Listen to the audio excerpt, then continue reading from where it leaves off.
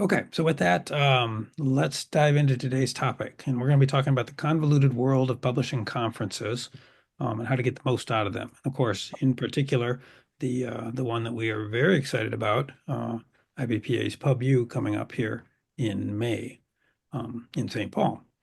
So we're especially honored to have two power players in the independent publishing world with us today, who just coincidentally are part of the team responsible for putting on that PubU conference in May 15th to 17th. So we'll start with Andrea. Andrea Black-Nisbet has been CEO of IBPA since November 2022, but certainly not new to publishing in general. She was previously founding VP and publisher at Harper Horizon, a nonfiction imprint at HarperCollins. Um, and she's held positions at Ingram Content Group as Director of Content Acquisition, and before that at Workman Publishing, back when they were still independent, where she spent 15 years learning the business and craft of good publishing, rising through the ranks ultimately to Executive Director with a focus on digital publishing. So Andrea has a BA in History and Italian from Vassar and a certificate in intellectual property law from NYU, which I particularly appreciate all of those because it just reminds me that, like a lot of us in publishing, the pathway is never straightforward to getting to where we are.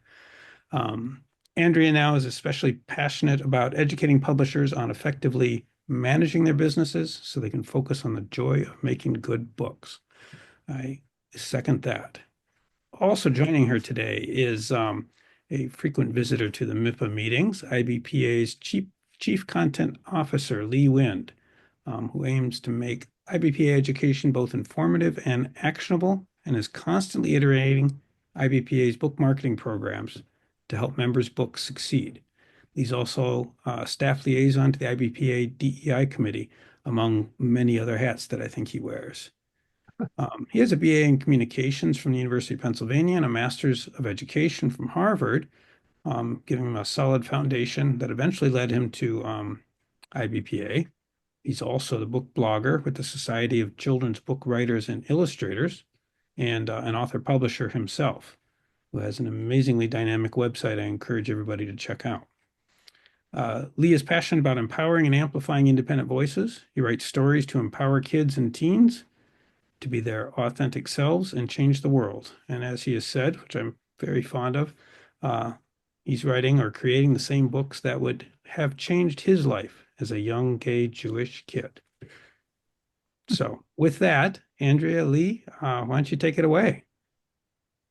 Thank you for that kind introduction, Paul. And it's really great to see all of you. It's good to see many familiar faces, those of you who are already IBPA members, and those who are new or new to me. It's nice to meet you. I'm going to try to share my screen. Let's see if we can make this work. All right. It works. It I get a works. thumbs up. Can you see it? All right. Awesome. Um, so Lee and I are going to start out by doing a brief introduction to us and IBPA. Paul, thank you already for those kind words and the detailed introduction. I'm Andrea. I'm the CEO at IBPA. As Paul said, I actually just celebrated my second anniversary at IBPA. So I am new to the association space, but certainly not new to publishing. I've worked at several places, as Paul mentioned, but really my favorite role, apart from being part of IBPA, was my time that I spent at Workman, which at the time was the largest independent publisher in the United States. And the work that I did and the education I received at Workman really helped to shape my vision of what good publishing is. And while I spent time on the corporate side, it's been such a joy to be back here working with indie publishers and author publishers like yourself. So that's a little bit about me. Lee, I'm going to toss it over to you for a moment. I know you, Paul already introduced you, but if you want to say Yeah. hello. Hi, everybody. And I'll just add that what's been really interesting about my journey as an author is that I crowdfunded my first book and published it myself as an author publisher. But then the next 8 books under contract are with 6 different indie publishers. So that's been super fascinating to see how different publishers do different things, and a lot of them are they're all indies, and a lot of them are IBPA members. So that's been super fascinating. Um, and uh, and I've been able to use that in my day job. So there's been a lot of fun synergy between the two. All right, thank you, Lee. So, Lee and I love presenting together. We have a lot of fun when we do presentations. We've done several in the past couple of years at SCBWI and obviously Publishing University, and for regional publishing associations like this one. And we like to try to keep the presentation interactive. We think it's more fun that way when we're all participating together. So please feel free to raise your hand and ask a question as we're going along. We will leave time for questions at the end of the presentation. But if you have a comment or you have something that's specific, we really want to hear from you. This is our time to connect together. So the first thing we want to do is ask about you. So we were wondering if a couple folks on the call would raise their hand and just tell us a little bit about whether they're an author, publisher, an indie publisher, or a publisher partner or service provider. So are there a few people who want to just quickly talk a little bit about who they are, what they do? I also have the chat open, so you can pop it there. You're Yep. feeling shy, like Jennifer's recovering publisher.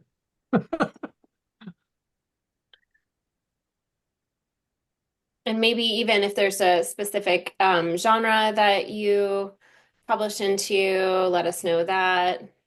Anything sort of interesting about your work? And Lee, I actually don't have the chat open, so if there's anything in the chat you want to share, I can't see it. Chris is saying they're self-pubbed author of 4 crime thrillers. Um, Jason, indie small press, genre and lit fiction, plus a lit journal. Catherine, author, self-publishing, new book, first book, new to IBPA. Welcome. An author illustrator, first-time publisher, science fiction, fantasy, horror publisher of books with LGBTQ protagonists. Innovative Voices finalist in 2024. Congrats, Woohoo. Catherine. Marnie self-published first novel a year ago, working on a second. Communications and research career, new to MiPA? MiPA. Acronyms, not my strong suit. Mary Jo, self-published author of 3 children's books. Lauren, audiobook narrator. Cool, public domain audiobook. Nice. Author working on second book. Holly William, traditionally published 7 paranormal thrillers, recently self-published a thriller. I attended an Authors Guild thing today that was all about what happens when your rights revert. Like, what are the steps to self-publishing and when you take a book back? It was really good. Paul, publishing partner, designer. Scott, author, indie publisher, 6 books, 2 anthologies. Joan, published my own and other authors' books through my press, FTL Productions. Midwest Independent Publishers Association. Thank you, MIPA. Yeah, I know. It's just I always trip on how do you pronounce the acronym. Ron, 3 books in 3 genres, working on a book for grandparents and how to teach and bond with their grandchildren. Cool. Well, great. So one of the things that's interesting about that exercise is that this group really mirrors the IBPA membership, which is to say that it is a very diverse group of members who have all different types of publishing models. About 38% of our members are author publishers, publisher partners. So we wanted to just kind of gauge what people's experiences were and where they're coming to the conversation from. But really, it's very similar to IBPA. So just a little bit about IBPA. Most of you are probably familiar with us, but we're the largest independent book publishers association in the United States. And actually, we will just be combining entities with PubWest, which is another national publishers association that many of you are probably familiar with. Both the PubWest membership and the IBPA membership decided that we were better off and stronger together as one entity. So that's going to be happening in July. And at that time, when we move to incorporate PubWest into the IBPA membership, we'll also be launching a new member type for established publishers. All of that to say, the mission of IBPA will remain the same, which is to lead and serve the independent publishing community through advocacy, education, and tools for success. And I will say that as we're combining efforts with PubWest, one of the benefits that we're going to get out of strength in numbers is to be able to build out the advocacy work that we do. So we've started to work more closely with organizations like the Copyright Alliance and the Media Coalition to sign on to a variety of bills protecting publishers' copyright and working to combat censorship. So we're building out the advocacy part of the organization to be in line with the education and marketing programs that we also provide. Many of you are familiar with a member of the staff. If any of you are IBPA members and you've called the office, you've probably talked to Terry Nathan, who's our Chief Operating Officer. Terry runs our office and many of our programs, including our Book Awards program. And he is the son of our founder, Jan Nathan, who founded IBPA in 1983. So Terry's been with us for a long time and is an integral part of our team. Adeline Louis is our marketing director. Christopher Locke is someone you also probably know if any of you have listened to the IBPA Inside Independent Publishing podcast, or you've come to any of our member roundtables or our Get to Know Your Member Benefits webinars. Christopher is the person who spearheads that. And he also spearheads the partnership with all of the regional publishing associations like MiPA. So he's the one that leads those quarterly conversations. Lee, you've had the opportunity to meet, and then we have a host of other folks who help with things like program coordination and vendor management. So it's a really great team, all led by our board of directors. And again, the board of directors really reflects the diversity of programming, business models, and communities that make up IBPA. So we have everyone from,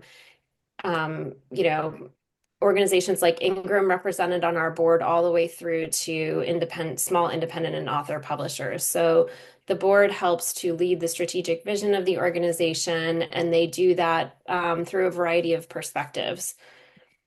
In terms of our memberships, again, as I said, we serve independent publishers.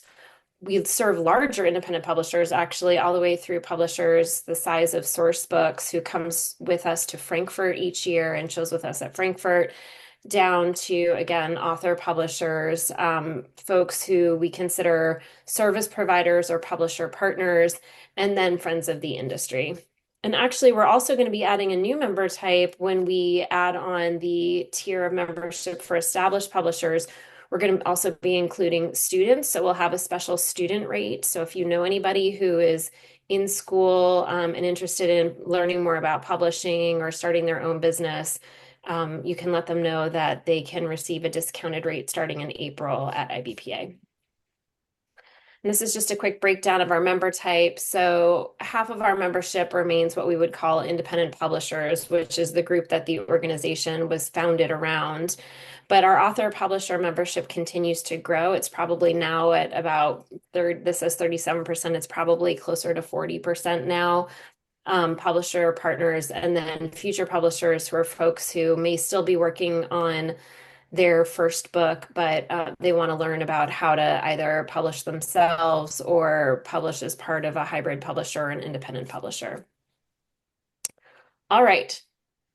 So now we're going to talk about conferences and publishing events. And what we thought we would do is sort of walk you through the different types of events and conferences that take place throughout the course of the year that are relevant to author publishers, as well as independent publishers. And then talk a little bit about some of the considerations as you're trying to decide at the top of the year what makes sense for you to go to or to show your book at. So we're going to walk through all that, and then we're going to end talking a little bit about Publishing University and some of the educational programming that IBPA is going to be offering in 2025. So, Lee, shall I turn it over to you to talk about our four types, just to do Sure. the overview of the four types? Yeah, because we were trying to like figure out like, well, what are the buckets? And we kind of thought, well, all right, there's the international trade shows, things like Frankfurt, Guadalajara, Bologna. We have a list coming up. There's domestic trade shows, things like the ALA annual conference, the Winter Institute coming up, and the regional trade shows the regional shows for like book selling associations. So like PNBA and Kaliba and Heartland, where bookstores go to find books. And then there are consumer-facing shows like, I mean, famously Comic-Con, but there's a gazillion consumer shows like the Las Vegas is a really famous one. I can't remember exactly what it's called, but it's on a coming up slide. And then there's sort of like educational events. Publishing University would certainly be included in that, IBPA Publishing University. But there's also events that are sort of a little bit about craft, but also a little bit about business when it comes to being an author and who maybe publishes your own work. I'm thinking of things like the Society of Children's Book Writers and Illustrators. They always sort of have a track about self-publishing. We don't call it self-publishing because at IBPA, because we think that the word self tricks people into thinking they don't have to hire professionals. You still do need to hire professionals. You're just the publisher making all the choices and the decisions and hiring people. So those are sort of the four buckets, and then we're going to walk you through some, and then on each slide we have two that are a special color, and we'll talk a little bit more about those in more detail. Sound good? Thanks, Lee. So I just wanted to mention that I separated out educational events for a very specific reason. And so before we get into each of these events, I want to talk a little bit about the why for attending any of these events, because we know events are costly, right? We're looking at our budget for the year and we're thinking about, how much do I have in my marketing budget? You're looking at your P&L. How much do I have in my marketing budget? And then what is my budget for being able to send myself in order to either improve my brand or learn things? And so the first three types of events, the trade show, those shows that we're talking about, is more about the selling and the marketing of your books. And so we'll kind of talk through what the value potentially is and when you should consider going to these shows and investing in them and when you shouldn't consider investing in them. But then I separated out the educational events because that's really more about learning the craft of and business of publishing your book. Or it could be the craft of writing your book, but it's more about educating yourself, creating your network, and building your brand. So I just wanted to point that out in terms of why those were separated. And Yes, if I Lee. can add, just I think that one of the things that to keep in mind is that when you do go in person to an event, it's it's kind of like when I sent my daughter off to college, right? Like some of it is the coursework, but some of it is living on your own independently, and some of it is, you know, sort of all the stuff that happens outside of the coursework, like the social life that you build. So in a parallel way, going to a conference, there's the educational tracks, but then there's all that magic that happens outside of the tracks when you're standing next to someone in the line for the food and you get to talking and it turns out that they're a distributor, and like we hear these stories all the time about connections that are made and new business that people end up getting from just being there in person, and that sort of magic that is very hard to recreate on Zoom because while you guys do have that lovely half hour before this starts, generally the Zoom conferences are very directional, and it doesn't give you that same opportunity for the in-person magic. So just I wanted to add that about the educational events, that there's still a really good business argument to be made for doing those. Thanks, Lee. And the other thing I would say is that a lot of these events have started to kind of meld purposes together. And so one really good pro tip, especially when you're considering, for example, going to ALA, the American Library Association conference, there is educational programming there as well. So when you get your badge, it's not just about selling your book. There are also opportunities to network with librarians and to learn more about how the library system works. We're actually going to be doing a conference in conjunction with Forward Reviews this year called the Library Insight Summit being hosted at ALA. So again, as you're thinking about some of these shows, make sure that you do the research to figure out what type of educational programming may be included in the trade shows. All right. So just some things to keep in mind, again, as you're looking at your budget and you're saying, how much should I spend? Where should I spend it? When should I be there in person? When can I just send my book to something? So particularly for the consumer shows and the trade shows and the international shows, the first thing you want to ask is who is the audience? Who is attending this show? Is it a consumer? So it's actually the end reader who is the person who's going to be purchasing your book. Is it retailers? So, for example, Winter Institute is the opportunity to get in front of booksellers, primarily independent booksellers. Is it librarians? So is it gift retailers? So you want to know who the audience is, and then within that audience, what percentage of your books do you think are going to sell through that channel? So, for example, if you're publishing a highly designed cookbook or craft book or gardening book, it's going to be worthwhile for you to go to a gift show potentially because the buyers at that show are people who are going to be bringing that book into their small gift shops, and that type of content may align. If you're writing a fiction book, it doesn't necessarily make sense to go to a gift show. So really understand not only who the audience is, but what the potential for sales are through that particular channel. Another Um, example is that if your books are super regional, like it's a coloring book of the Twin Cities, maybe that book isn't really going to travel internationally. Right, but you do want to show up for the regional shows because those are going to be really critical because you're going to have people who are local to the area. So that's a good example. Um, the next question to ask yourself is, what is my P&L for this market? And if you hear me talk, I will talk a lot about your P&L and like looking at your budget ahead of time. And I often think, especially for author publishers, oftentimes nobody tells you to do that ahead of time. Like you may say, oh, okay, I have this much money for marketing, but you're not always approaching it like it's a business. And it's so important to do that, to sit down and actually run a proper P&L and say, for this particular market, I think I'm going to sell, 500 copies. So if I'm going to sell 500 copies, does it justify the $5,000 it's going to cost me to go to this particular event? Maybe it does because of the connections you're going to make, and maybe it does because of brand awareness, but you want to make sure there's some kind of return on investment if you're investing in going to these shows. And then the last question is, what is the ongoing marketing benefit that you'll receive?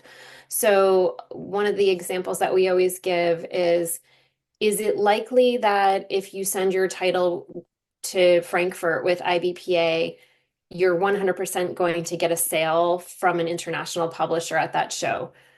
Likely not. However, the contacts that you'll receive and the number of impressions and the contact information for agents may make it worthwhile because you're broadening your pool of marketing individuals and you're broadening your pool of contacts. So just something else to be thinking about is that there's the direct impact and the indirect impact. And I'll add to that that it's nice to think about like what do you need to do before conference, at the conference, and then after the conference, what's your follow-ups? Yes.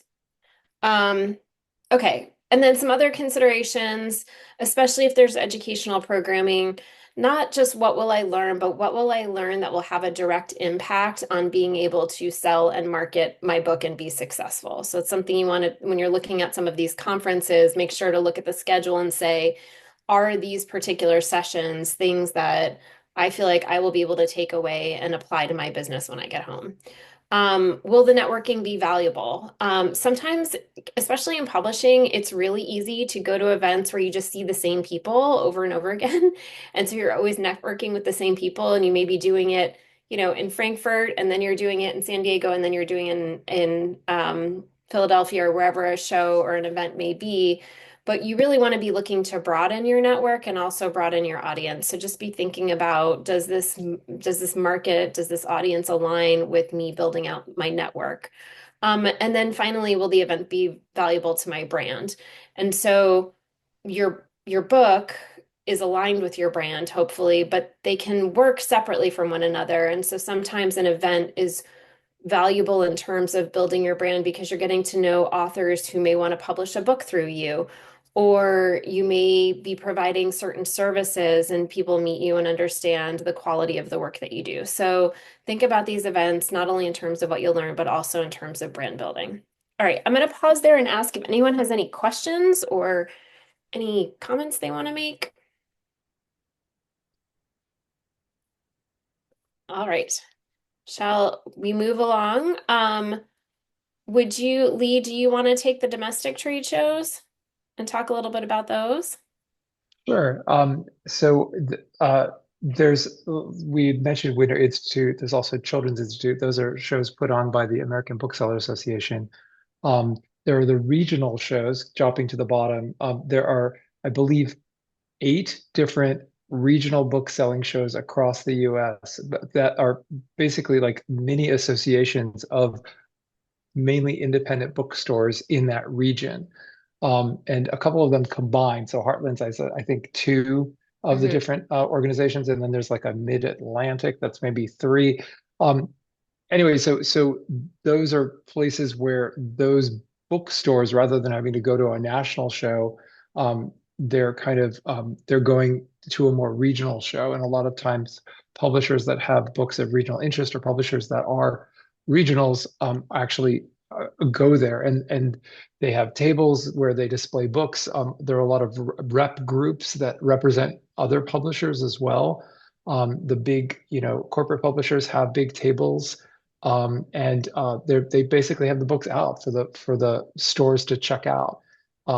Sometimes they have signings and kind of getting people excited about it. So that's sort of for the bookstore, bookseller market. And oftentimes they have other things like the one I went to this year with some IBPA members, Kaliba, Andrea, which is California Independent Bookseller Association. They had a rep pick bingo. So they had reps that were pitching books. And there's an element of pay to play in a lot of this. Those publishers had to pay for space at those tables.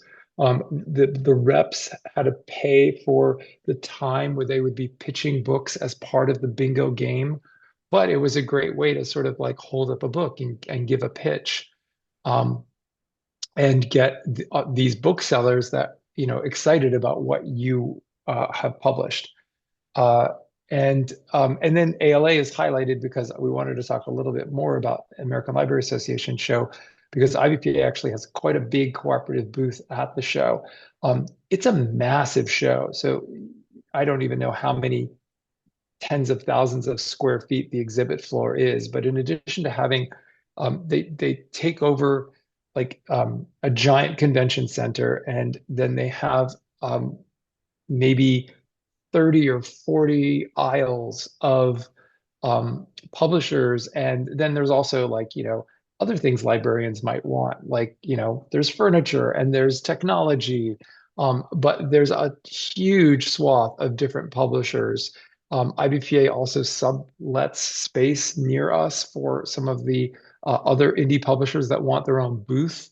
And then they have these kiosks that we arrange with ALA to have. So it sort of goes everything from, if you have a single book, you can put it on a shelf, but also like you could do a shelf of books. You could do a kiosk, which is a couple of shelves, to like a booth. And one of the things that we found really successful is um, having publishers come and sign and give away copies of their book to librarians. And then what we do as IBPA staff, we're scanning badges of the librarians, which means that you get a lead list of the librarians that you gave a copy of the book to, but also you get a lead list. Thank you for that beautiful photos. You get a lead list of all the librarians that came to the IBPA booth. And we run 2 signing tables simultaneously every half hour, the entire 4 days of the show being open. I think it opens for like an hour and a half on the first day. It's open all day Saturday, all day Sunday, and then until about 2 in the afternoon on Monday. It's I can't even remember. It's well over 1,000, maybe 1,700 people we scanned last year. And that lead list is something that you can follow up with those librarians, see what books they were interested in, thank them for appearing. There's a digital catalog. In this, you can see that there like people bring posters of their books as they're signing and giving them away. It's a really nice way to kind of get librarians connected. And anecdotally, we've heard from some publishers that it really helped boost the number of libraries their books were in. A lot of publishers give away ARCs, so it's not like the book that you're giving is going to end up on the shelf at the library. So they want to incentivize the librarians to buy the book, but it is a great way. And the librarians literally walk around with this like rolling luggage and backpacks, and they are putting books in because they're getting free books from lots of the different publishers. Thank you for that, Lee. Any questions on the domestic trade shows? Do any of you attend? Has anyone ever attended ALA or any of the regional shows? Yeah, Jennifer, I know you have. What I'll say is thank you, Lee, for dropping those in. It's important if you're going to attend any of these shows that are, whether they're domestic or international, one of the things that you want to make sure that you're vetting is how the end market is able to purchase your books. So if it's through Ingram Spark, if you're using Ingram Spark, for example, you want to confirm that your ISBN and your title is being transmitted over to Ingram Library Services because that's how the librarians purchase. Or that you're going through Baker and Taylor. Those are the primary ways. ILS and Baker and Taylor are the two primary distribution hubs into libraries, although libraries can get titles through other places, but you really want to make sure that you know how your book's being transmitted into the market. Same thing with the international shows. You always want to make sure that if you're using something like Ingram Spark, that you've checked those boxes for Global Connect so that your titles are being distributed into those global markets. All right, and with that, we're going to talk a little bit about international trade shows next. So there are several international trade shows, and the irony is that it's sort of the running joke right now in the industry. The US used to have Book Expo America, which I'm sure a lot of you have heard of and were familiar with. BEA ran for many, many years. It was the biggest national US book trade show, and all the publishers complained about it, especially in the past decade or so, that the show was going to end and why did we go and all these things. Well, during the pandemic, BEA finally ended up going away completely. And now there's a vacuum in the US market. And now all the publishers are complaining that there's no national book show and that they have to go to places like Frankfurt in order to get together. So there is some truth to that.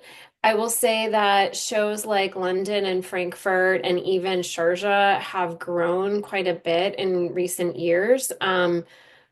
Largely because of the void that the US book market has left. And so we see a lot of like business development meetings and heads of houses and things happening at these bigger shows.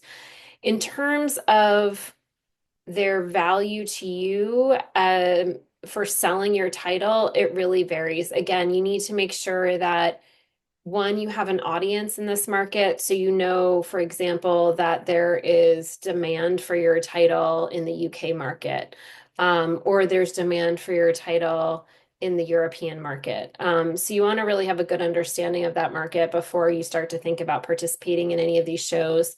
The London Book Fair is really a distribution show. So when we talk about international rights and international sales, there are two pieces of it. One piece is distribution into those markets, meaning that the book that you're producing here in the US or the book that you are producing primarily for the US, maybe it's being printed overseas, but it's primarily for the US market, is being distributed into other international markets like the UK or Australia or Europe or Asia.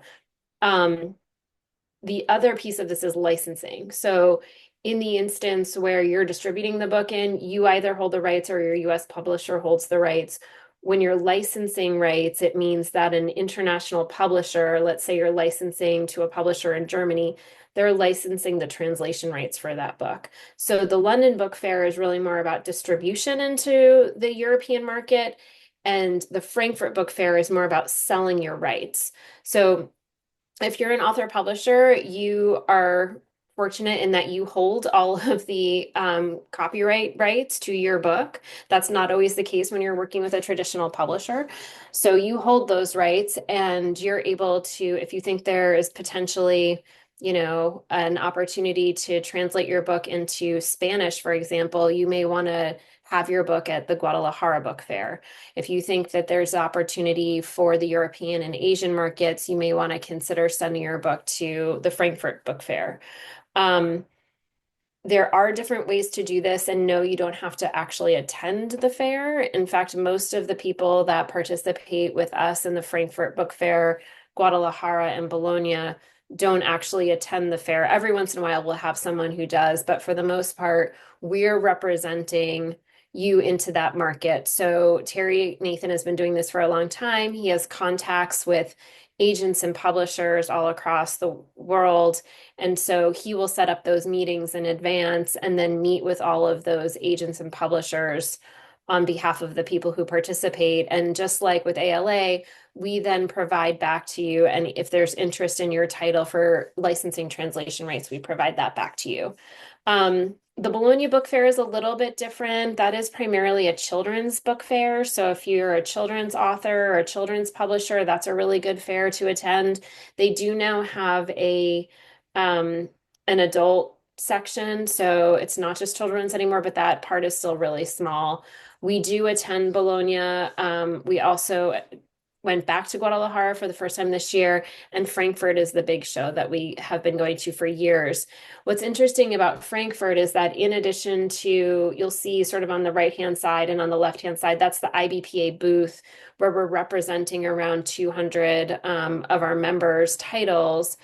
But then we also handle the space for larger publishers. I mentioned Source Books, you can see there. So we manage their booth. We're doing all the operations for Lerner, Llewellyn, Source Books, and some other large publishers in that space. So that is IBPA. Any questions on that one?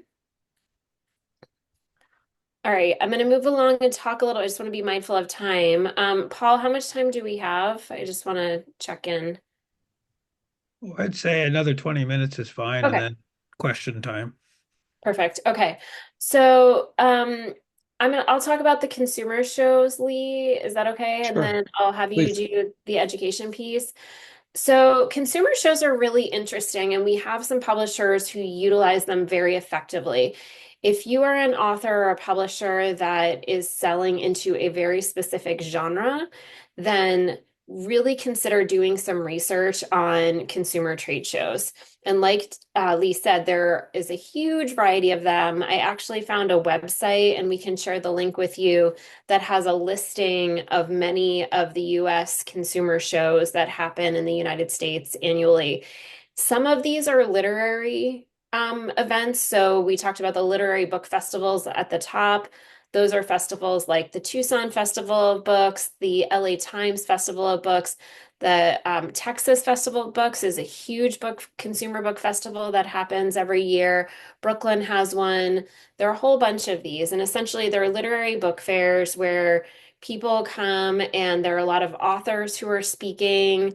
Authors sell books there, publishers sell books there, but it's really for the local community, for the local reading community, I would say. And so it's not specific to a certain genre. It's very broad and wide in terms of what's being discussed and who's coming to those fairs, but it's a really good opportunity, especially if it's local to where you are, to consider attending some of those literary book festivals. Um, the next grouping is the consumer trade shows. So these are interesting because they're trade shows, but consumers also attend them. So a good example of that is the toy fair that happens every year. That's one of my favorite ones. When I worked at Workman, I used to go to the toy fair. It's a lot of fun because you have a mix of publishers and gift retailers who own small independent toy stores and toy manufacturers and consumers. And so shows like that, again, if you're a children's author or a children's publisher, especially if you're doing a book that's tactile and may cross over into the gift market. The toy shows are a really good option. There are several gift fairs. The biggest are in Atlanta, Las Vegas, and New York every year. And that's the same type of thing where consumers can come in and look around at everything that's being offered. But there are a lot of gift stores that are there purchasing product and purchasing books. The other one that's really interesting, which we've been talking about tapping into for IBPA, just to connect with more author publishers and thought leaders, is the Essence Festival of Culture. That's happening in New Orleans this year, I believe in April. Um, and that is a very large festival where there are a lot of thought leaders and authors and people who are exchanging ideas and products. So really do some research on those types of opportunities, even things like, this is going to sound silly, but your local farmers market. We have a large farmers market where I am, and it's sort of part farmers market, part crafters fair. And we get a lot of authors who come and set up tables at the farmers market and sell a ton of books, especially around the holidays, because they're there signing. So just be creative when you're thinking about some of these shows and opportunities. And then finally, there are the really fun ones, which are genre-specific shows. So this is Comic-Con, Romantic-Con, Crime-Con, a lot of these shows where they're fans of a certain genre or a certain topic, and they're often getting dressed up. Authors will be signing there. So check those out. They often happen across the country in different regions.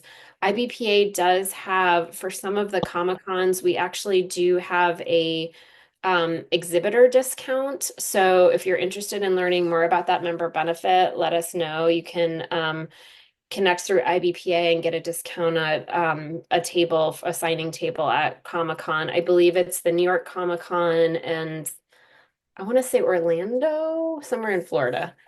New York, Florida, and Emerald City. And then, which I guess is Chicago? No, I don't know. There's the Chicago I one was too. going to say in Oz or where is that? Okay. Here's a link to that benefit. You can read all about it. Okay, cool. All right, Lee, I'm going to throw it over to you for our last section on this, which is education.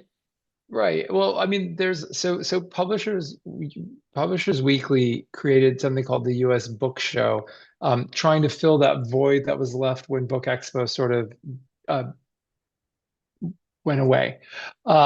There's also things like the SCBWI has two conferences a year. One is now pretty much going to be virtual, the summer conference, but they have a winter conference in New York, which they do because they have a big portfolio show for illustrators. That's a big draw. AWP, that conference moves around and is enormous. And there are a lot of craft related things, but we did want to talk a little bit about IBPA. We have our publishing university, and now this year we're adding a think tank day, which is just for established publishers and people who work at established publishers. Pretty much that is not directed content. That is more sort of like surfacing the wisdom of the room. It's people with a lot of experience talking to their peers. And that will be the Thursday in a slightly different location. You all know this area, so it's going to be at Open Book. And then Publishing University is going to be at the St. Paul Intercontinental Riverfront. I may have inverted that. I think it's the Intercontinental St. Paul Riverfront. And I'm making Andrea jump around with the slides. At Publishing University, we're going to have three main keynotes. Maria Polente from the American Association of Publishers is going to be speaking the opening keynote, and that's quite a get for us. We're pretty excited. We're also going to have a panel, which we haven't announced yet, but I'll give you the heads up on different business models. And then we're going to have a panel on AI. Those will be the plenary panel sessions. And then there's going to be three breakout tracks. And one of them will be for author publishers specifically, 5 breakout sessions throughout the 2 days. One is for indie publishers that are starting out, and then another is for established publishers, and that's more directed content. And you can see the full schedule at this link, which I'm going to pop into the chat. Lee, did you want to share your screen to look at that, or are you good? Sure. I didn't want to like, mess things up potentially, but I will. It's very cute. Oh, cute, maybe the wrong word, but hold on one second. Let me see if I can make this work. Okay. Can you see this? Yes. Fantastic. All right, so this is the Sketch landing page for Publishing University. So this is the overall thing. This is the think tank. Interestingly enough, this links you through to the here it is, details here. Okay, so this is the think tank day. See, looks different. And this is the different, it's 4 different hour-long discussions on topics that these folks will choose, or you folks will choose if you are an established publisher. An opening session, a closing session, and then we're doing a fun tour of the Minnesota Center for Book Art. Back to Publishing University. Any of these, this is sort of the overall day. These are the half day workshops. One is optimizing Amazon for profit. One is business management. Another is about funding for indie publishers. And then this is cool. It's building a publishing company real time. You can hover over it and see the descriptions. You can click on anything and see who are the faculty. We don't have all the faculty loaded in this yet, but it's a pretty robust system. What's nice is you can also build your own schedule as you do this. Back to schedule. And we've kind of color coded things, so it's clear like what are sort of the plenary things. When there's a breakout, these are your 3 options, actually 4 options, because you can also just meet the sponsors. We do a cool program called Ask the Experts, which is you get one-on-one time with either faculty or sponsors that sign up for you to basically have a little one-on-one mentoring session and ask them your questions. And you can see that the breakouts always have an author publisher track, a strong independent publisher track, and an established independent publisher track. We have our book awards, that the big sort of fancy red carpet event happens the night on Friday, and then we continue on for the full day on Saturday. And I will stop sharing. All right, and I will start sharing again. We have this technology down, Lee. It's we're making it look like we do this a lot because we do this a lot. So again, I would say in terms of publishing university, the great thing is that you're, local to the area. So we hope you will be joining us for the event. We tried to really look at the challenges and the opportunities specific to each group. And of course, there's always going to be crossover in terms of the challenges that an author publisher and an independent publisher faces. But what we wanted to do was sort of provide a comprehensive program for attendees so that they're coming in and they're building on their knowledge throughout the course of the 2 days that they're with us. So we really thought about that as we were building out what the programming would look like, and you'll see that reflected in the schedule. There's also, as Lee was saying, lots of opportunity for networking. If any of you joined us last year at PubU, it was a really packed schedule. Paul, I know you were there. You were probably exhausted. I kept seeing you going up and down the elevator. We were passing each other. Everyone was running about trying to get to their next session because we really packed in a lot of information. And one of the pieces of feedback we got was conference was fantastic. There was almost too much to do. We wish we had more time to network and meet with the folks who are the exhibitors and just have some downtime to process everything. So we tried to build in a little bit more of that, a little bit more time for you to have those important conversations that are outside of the programming. So you'll also see that reflected in the schedule. And we're really excited to finally bring PubU to the Twin Cities. It's funny, when I started at PubU and we were talking through all the different places that PubU had been in the past, I asked about Minneapolis or St. Paul just because you all have such a strong publishing community. And we just hadn't done it before. So we're really excited to finally be able to bring the conference to your area. We also do, as Lee was saying, have a series of workshops that are happening on Thursday for either author publishers or people who are new to publishing that are happening at the hotel itself. So you can check that out as well. Um, and I think that kind of covers it. Lee, is there anything else that I forgot to I ju- mention? I just want to say that save the date for a mixer on Oh, March 20th. Andrea and our colleague Christopher are going to be in Minneapolis and with MiPA and the Minnesota Book Publishers Roundtable. Uh, we'll have an event, a mixer. I think there's also going to be a panel. I don't know all the details, but we do have a date and we do have a location. So, yes, it and will be. that's a free event. So,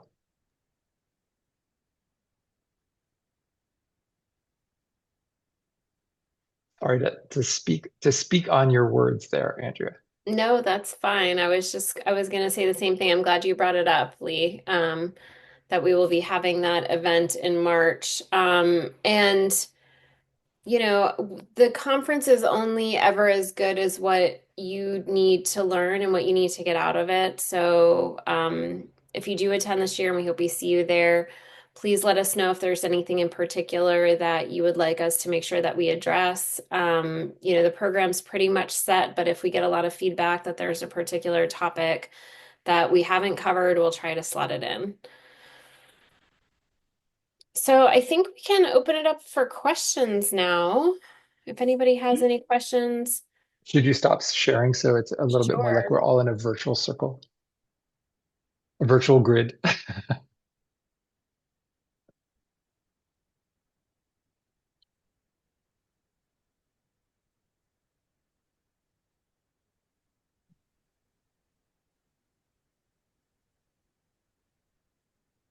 Well, I'll toss a softball question to Andrea. Andrea, in 2019, you attended, but not as somebody running the conference. Um, what what's what resonates for you about running the conference? That's kind of neat since you attended it and now you're putting it on. Yeah, so it's funny that you say that. I remember when I attended Pubby for the first time in 2019. It was in Chicago. I was going with Ingram, and actually not with Ingram Spark. That wasn't my business unit. I was working with bigger publishers at the time, sort of indie publishers all the way through the bigger publishers. And I've gone to a lot of conferences in my day, and I just remember thinking, wow. What a cool space for people from all different backgrounds of publishing to come together and feel like they have a space to ask their questions and connect with one another. I was so impressed with at the time, and again, I had nothing to do with it, but the way that the conference was run and really seeing people excited to be there. I was used to really corporate conferences and BEA and shows like that, and it's not that. It's just people who are so excited to be together and learn from each other. And now being on the other side of it, it's just exciting. It's a lot of work, but it's exciting to be able to put together that kind of event and hold space for people to come and learn from each other. And so I guess that's what I would say, Lee. It's very energizing. It's exhausting, but it's so energizing to see everyone there and learning from each other and enjoying each other's expertise and time. And I'll add that there's a real ethos about wanting to help each other. Like I think IBPA's motto is helping each other achieve and succeed, and I thought that was really it's really palpable in the air. Like people want to help each other at PubU, which I think is lovely, and is one of the reasons I love IBPA. Chris has a question: cost estimates for the international festivals, just the fees. I assume flight and hotels are variable to each person. Yeah, that's a good question, Chris. It depends on how you're attending. So if you're looking to get a booth for yourself, like a sort of smallish size booth, it's going to run you a couple $1,000 and up because you have to pay for the booth space and then they charge you for every chair and every shelf and every little piece that goes into the booth. Through IBPA, we do have a couple of different offerings. You can send one title. And I don't off the top of my head remember the cost on that. I can pull it up. Lee, you don't happen to know off the top of your head, do you? It's a couple Uh, $100s. yeah, I'm looking up right now for Frankfurt. Hold on. I want to say it's around 299 or less. 225 for a single 225. title, and then a shelf is 950. Yes, thank you, Lee, for looking that up. So if you're going through IBPA, and there are other organizations you can go through, that's going to be the cost to send the book. And then, again, we'll pitch the book to the agents and folks that we meet with and send back any contact information for anyone who's interested in your title. And then we do, again, broker a better deal for publishers who want to come and actually be there. That's often people who have their own either rights director or someone that they've hired to help them with rights management who comes and actually is sitting in the booth making their own appointments.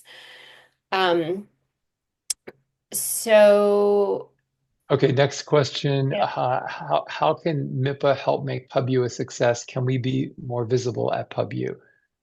You are going to be visible at PubU because we're kind of like partnering with you to help since you're the local feet on the ground. You'll definitely MiPA will have a table there, and I don't know, Andrea, what else would we like to add? Yeah, I mean, Paul, thank you for all of your help and support already with the event. And I think it really is word of mouth, as much as you can, let people know that the conference is going to be happening and it is local. So we also have 1 day tickets. So if anyone, is in the area and they feel like, oh, I can't commit to a whole weekend, but I could make it on Friday or I could make it on Saturday, we do have tickets for 1 day. So that's something that we may consider promoting more through MIPA just because you all are local. And we will have a table there. So we'll have more information on that and more information on how we can promote the March event. Because I think if we can get people to the March event to just kind of hear more about it and see the folks that are interested in coming, people will start to get excited. Um, Jason's asking, do we think there's a sweet spot in terms of small press size, number of titles a year, average print run, where securing tables at these conferences makes the most sense? um, it's really hard, Jason, to know what the sweet spot is because it really depends on the type of books you're publishing.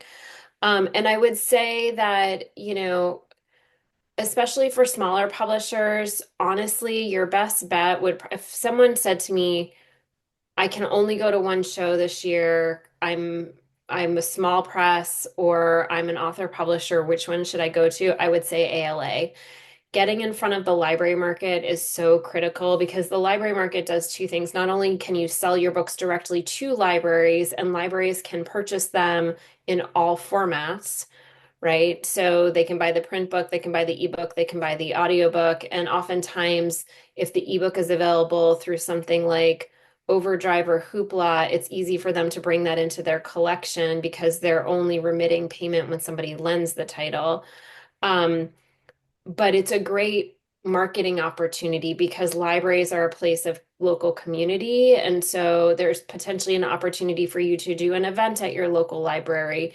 It's a great way for people to discover your book, especially if it is genre specific. So if you're going to do one thing and invest in one thing, that would be my recommendation. The foreign rights shows can be hard if you don't absolutely know that you have a book that is appropriate for that market.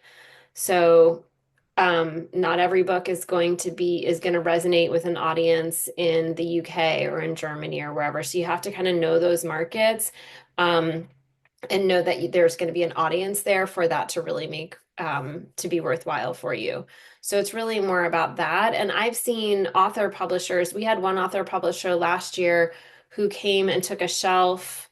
at our Frankfurt booth, and she actually flew over. She coordinated an event with a local museum that she had set up herself, and we helped her to do introductions with agents and publishers. And I think she ended up with 3 or 4 deals out of that. And she was an author publisher. So it really just depends on your content and your audience.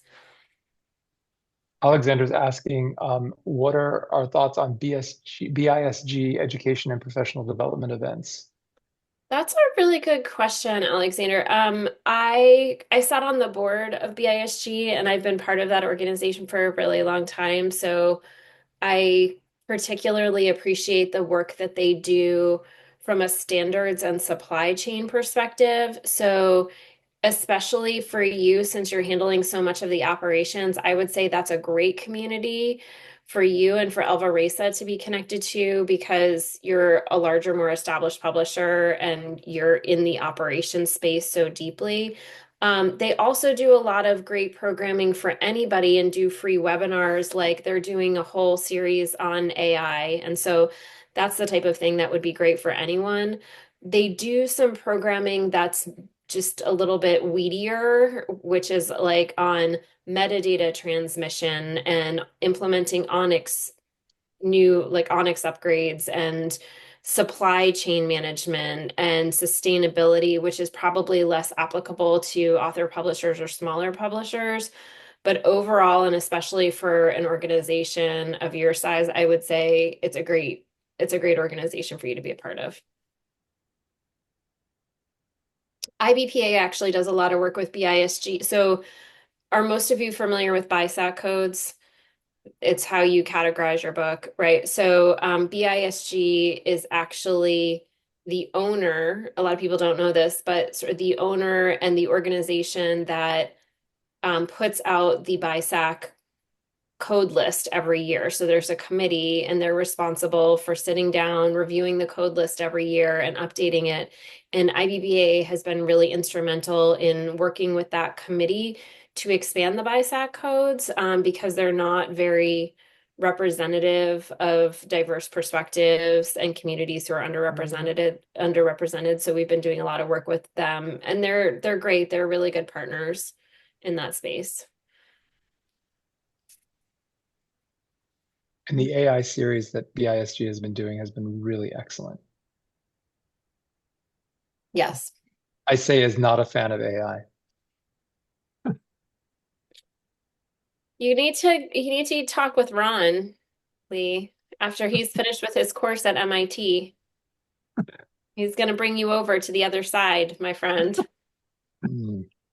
So one other question you guys skipped over was Scott's. He was asking about how many people attend PubU.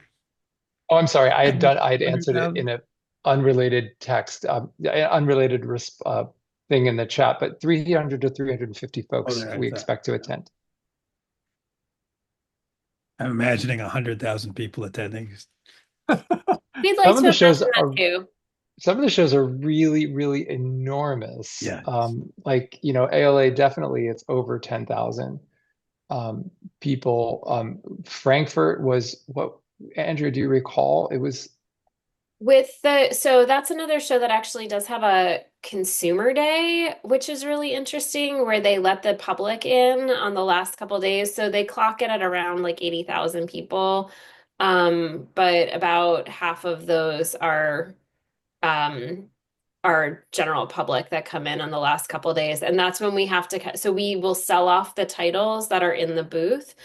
And that's always, it's a challenge because people just come in from you know, the public and they're just like taking books left and right. So it's a little bit of a wrangling game. oh, actually, I just found the numbers. It was 114,000 trade Oh, thank visitors and you. 116 members of the public who attended Frankfurt. That's a So lot of people. I was way off. Yeah, it's much bigger. And Guadalajara also is a really interesting show. It's almost 10 days long, but only 2 or 3 of those days are trade. And then it's consumer. And there's a lot of selling of books that happens there.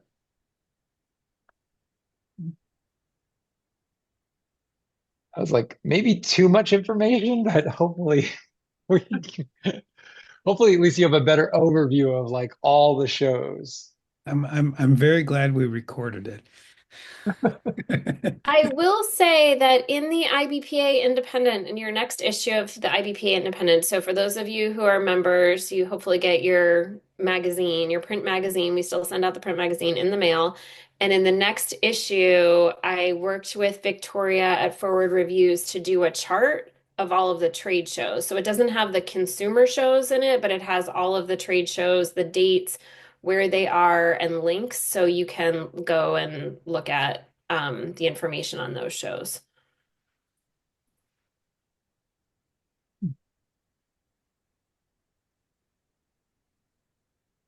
Thank you for doing that. Our pleasure. I have to get it up on the website next.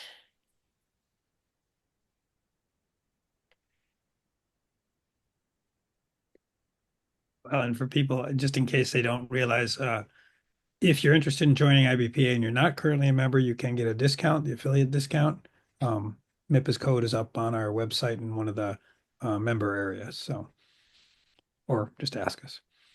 The other thing I'll just mention, and unfortunately the deadline has passed, but in case you all are not aware, we also have a scholarship program for IBPA Publishing University where anyone from the one of the regional publishing associations like MiPA can apply for the scholarship, and we hold a certain number of spots. And so that closes at the end of the year. So that deadline's already closed. I'm not sure if any of you have applied, but it happens every year. So if you aren't able to attend PubU this year or you didn't get a chance to apply, just know that that's something that as a MiPA member that you are eligible to apply for.